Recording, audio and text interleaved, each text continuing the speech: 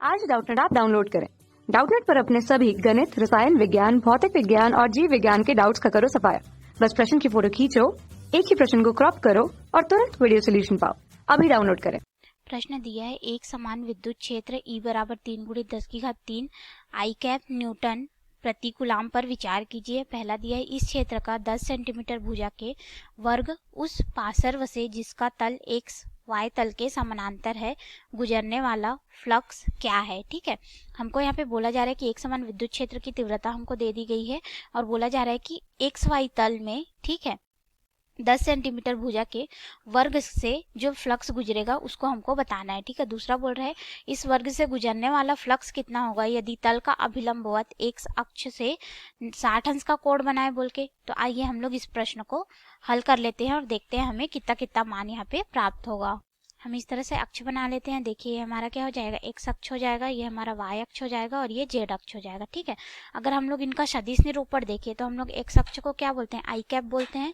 इसको हम लोग जे कैप के नाम से जानते हैं, इसको हम लोग के कैप के नाम से जानते हैं। ठीक है, इस तरह से हमें इनका सदिश निरूपण भी प्राप्त हो गया। अब जैसा प्रश्न में बोला जा रहा है कि 10 सेंटीमीटर भुजा के वर्ग का पार्श्व जो एक्स वाई तल के समानांतर है बोला जा रहा है। ठीक है, तो ये हमारा क्या हो जाएगा, एक्स जेड तल हो जाएगा, ये हमारा एक्स वाई तल हो जाएगा, ये हमारा वाई जेड तल हो जाएगा।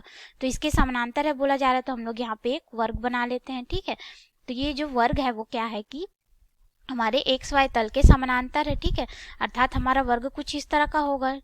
ये हो गया हमारा वर्ग जो कि एक्स वाई तल के समानांतर हो गया। तो ये देखिए क्योंकि ये हमारा क्या है, एक्स वाई तल है और उसी पे हमने इस तरह से रख दिया, तो इन दोनों में, इस तल में और इस तल में क्या हो जाएगा, दोनों समानांतर हो जाएंगे। ठीक है, और हमसे बोला जा रहा है कि ये जो विद्युत क्षेत्र की तीव्रता है वो आई कैप की दिशा में है, अर्थात जो हम लोग यहाँ पे विद्युत क्षेत्र बनाएंगे वो कुछ इस तरह से रहेगा। ठीक है, इस दिशा में होगा विद्युत क्षेत्र की तीव्रता जो होगी ई। ठीक है, अब अगर हम लोग देखें कि इसका जो क्षेत्रफल सदिश है वो किधर आएगा बोल के, तो हमारा विद्युत क्षेत्र इस दिशा में है और ये तल जो रखा गया है वो समानांतर है बोला जा रहा है, अर्थात विद्युत क्षेत्र की दिशा भी हमें क्या प्राप्त होगी, इसी दिशा में ही, सॉरी, क्षेत्रफल सदिश की जो दिशा होगी वो भी हमें इसी दिशा में ही प्राप्त होगी। ठीक है, जो कि ई के साथ हमें समानांतर मिलेगा। क्यों इसी दिशा में प्राप्त होगी, क्योंकि हमने इसको एक्स वाई तल के समानांतर रखा है, तो ये हमारा क्षेत्रफल सदिश हो जाएगा। अभी वर्ग में बता दिया गया कि ये भी 10 सेंटीमीटर है, ये भी 10 सेंटीमीटर के वर्ग की चारों भुजाएं समानांतर समान होती है। ठीक है, समान लंबाई की हो जाती है, यानी कि इसकी ऊंचाई और चौड़ाई जो है वो दोनों ही समान है। तो हम लोग इसका क्षेत्रफल निकाल लेते हैं। हम लोग यहाँ पे वर्ग का क्षेत्रफल इसलिए निकाल रहे हैं क्योंकि हमसे पूछा जा रहा है कि उस पार्श्व तल से होकर गुजरने वाले फ्लक्स का मान बताइए। तो जितना फ्लक्स इसके इस तल से वर्ग से गुजरेगा उसी को ही हम लोग को निकालना है, इसलिए हम लोग वर्ग का क्षेत्रफल निकाल रहे हैं क्योंकि उसके क्षेत्रफल के बराबर ही वह गुजरेगा। ठीक है, तो देखिए वर्ग का यहाँ पे हम लोग क्षेत्रफल निकाल लेते हैं, वर्ग का क्षेत्रफल। ठीक है, जिसको हम लोग यहाँ पे ए से दर्शा देते हैं। तो हम लोग जानते हैं कि वर्ग की लंबाई चौड़ाई क्या होती है, बराबर होती है, तो ए गुणित ए हो जाएगी इसकी भुजा की लंबाई। ठीक है, यानी कि ए का वर्ग हो जाएगा और हमें यहाँ पे कितना दिया गया है, 10 सेंटीमीटर दिया गया है। ठीक है, और हम लोग जानते हैं कि 10 सेंटीमीटर बराबर होता है 10⁻²² मीटर, अर्थात 0.1 मीटर होता है। अब हम लोग यहाँ पे इसका मान रख दे तो क्षेत्रफल हमारे पास क्या आ जाएगा, यहाँ से हमें जो क्षेत्रफल मिलेगा वो हो जाएगा 0.1 का वर्ग, क्योंकि हमने इसको मीटर में बदल दिया है।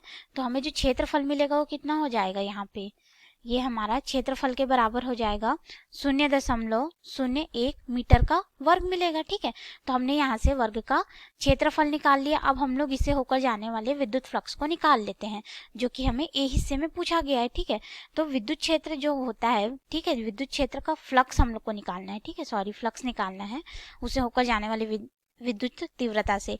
तो ये फाई ई बराबर होता है हमारे पास उस पृष्ठ का, बंद पृष्ठ का समाकलन, पृष्ठीय समाकलन गुणित यहाँ पे हो जाता है विद्युत क्षेत्र की तीव्रता गुणित उस क्षेत्रफल का क्षेत्रफल सदिश। ठीक है, जिसको हम लोगों ने ए से दर्शाया है। ठीक है, ये हो गया। अब अगर हम लोग इसको पृष्ठ के सापेक्ष समाकलित कर देंगे तो जो हमारा डी है वो क्या हो जाएगा, ये जो क्षेत्रफल सदिश है वो क्षेत्रफल में बदल जाएगा क्योंकि हमें वर्ग का क्षेत्रफल प्राप्त हो जाएगा उससे।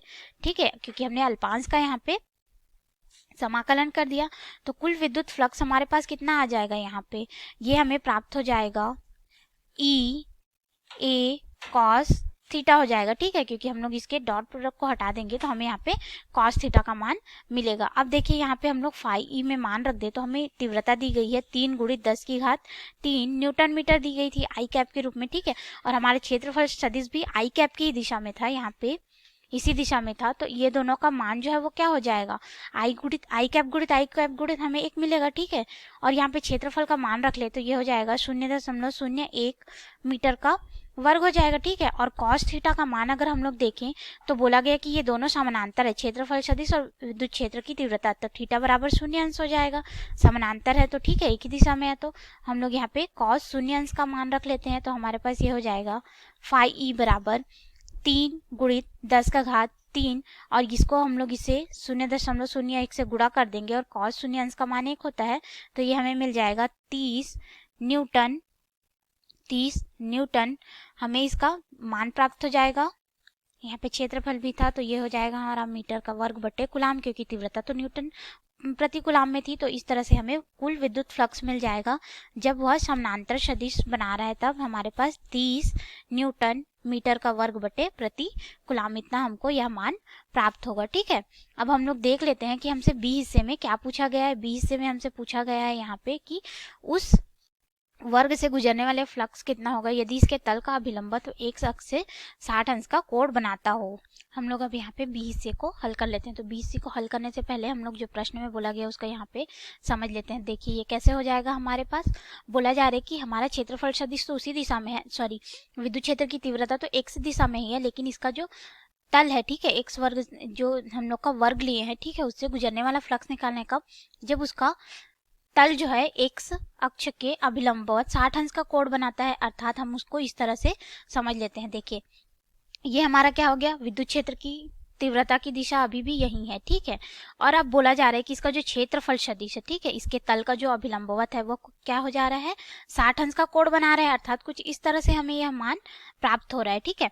तो इन दोनों के मध्य में जो बनने वाला कोण है उसका मान दे दिया गया 60 अंश। ये हमारा विद्युत क्षेत्र की तीव्रता है और ये हमारा डीए है। क्यों? क्योंकि यही जो है वो 60 अंश का कोण बना रहा है। हमारी विद्युत क्षेत्र की तीव्रता एक्स अक्ष के ही दिशा में है और यह एक्स अक्ष के अभिलंबवत इस तरह से बना रहा है बोल के, ठीक है। तो इस हिसाब से अगर हम लोग अब यहाँ पे देखें विद्युत फ्लक्स क्या गुजरेगा, ठीक है।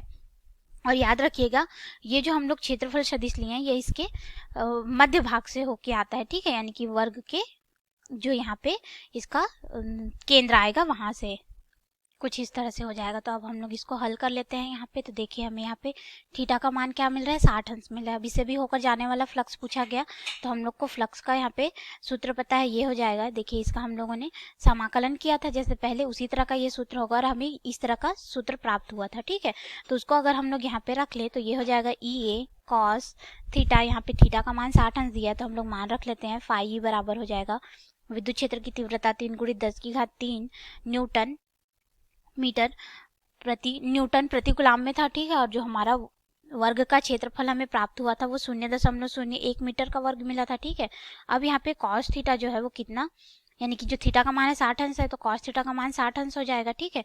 अब अगर हम लोग यहाँ पे इसको हल करें तो ये हो जाएगा 3 × 10⁻³ गुणित 0.01 गुणित cos 60 अंश का मान होता है 1/2, ठीक है। तो अब हम लोग इसको हल करें तो हमें ये प्राप्त हो जाए, जो विद्युत फ्लक्स मिलेगा उस वर्ग से होकर जाने वाला जो 60 अंश का कोण बना रहा है तल से, ठीक है, वो हमें यहाँ पे मिल जाएगा 15 न्यूटन मीटर का वर्ग प्रति कूलाम। इतना मान हमें यहाँ प्राप्त होगा, ठीक है।